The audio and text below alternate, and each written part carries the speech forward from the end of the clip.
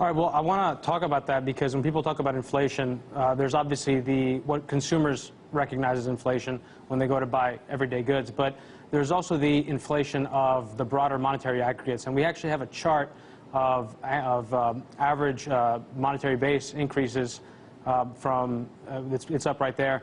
And it actually shows a spike in the monetary base. We've shown variations of that graph before in this show, and you see it also in the Fed's portfolio. It expanded over 3 times since the crisis. But we haven't seen that same level of inflation in the broader aggregates, in other words, in the broader money supply.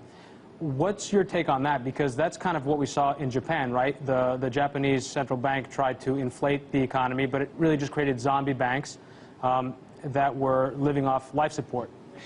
Yeah, and they succeeded in preventing a healthy deflation, which would have been beneficial for the Japanese economy. We're not going to be quite so fortunate.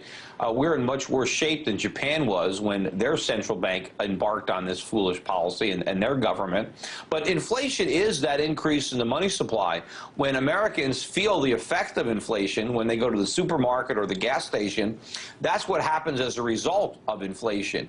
Prices are going up, and prices are going up for American consumers. Unfortunately, they're going to go up a lot faster in the years ahead. I mean, this is the consequence of the Fed trying to inflate the housing market. They're trying to prop up housing prices. It's not working, but what is happening is the price of everything else is going up instead, particularly things that Americans have to buy on a daily basis of food and energy.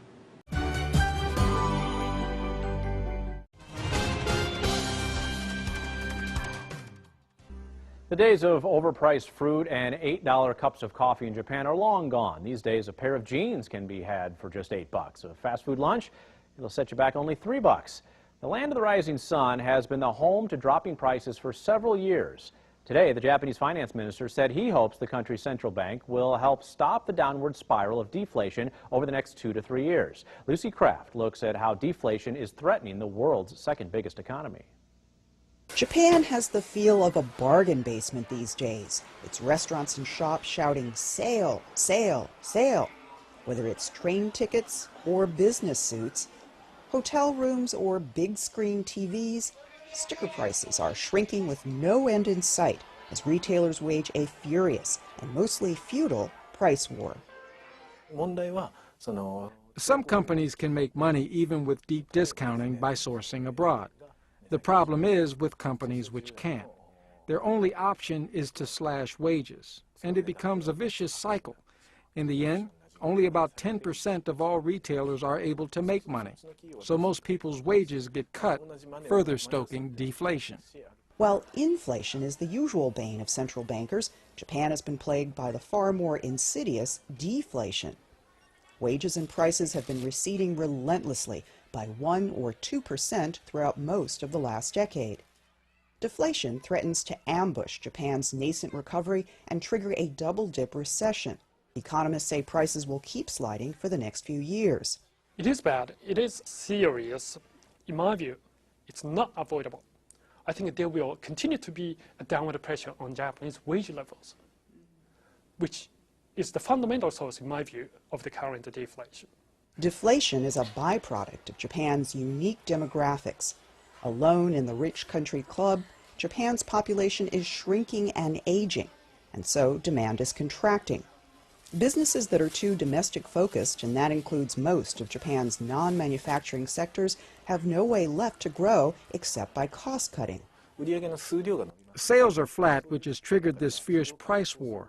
To boost profits when the total pie is not expanding, the only option is to cut your overhead. So unless demand expands, deflation will continue. Consumer sentiment has withered right along with the core CPI index. I economize and I economize. We've cut our grocery bills by about 30%. Now I buy vegetables one at a time instead of by the bag. What may seem like a shopper's paradise is hell for retailers like this chain based in central Japan, Uni Corporation. Like competitors, Uni is trying to salvage profit margins by embracing private or generic branding. This house brand of flour is our best seller. It's discounted 30% over the national brand. So we give it twice as much shelf space. Uni is racing to double its ratio of house brands to about a fifth of all its merchandise. But analysts say that strategy is only a stopgap. Many economists say one of the best ways to spur demand is by allowing large-scale immigration. But given Japan's strong aversion to opening its doors, relief will likely have to wait until the global economy revives and restarts Japan's export machine once again. Japan's political leadership is preoccupied with a fundraising scandal right now, and that has halted progress on much-needed economic stimulus bills.